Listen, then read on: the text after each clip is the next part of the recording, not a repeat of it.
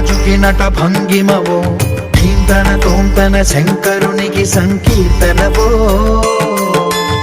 ఈశ్వరుడే అనునిత్యం తనలో తలచుకునే ఓంకారమువో, శివ హృదయం కరిగించే ఆ పంచాక్షరివో.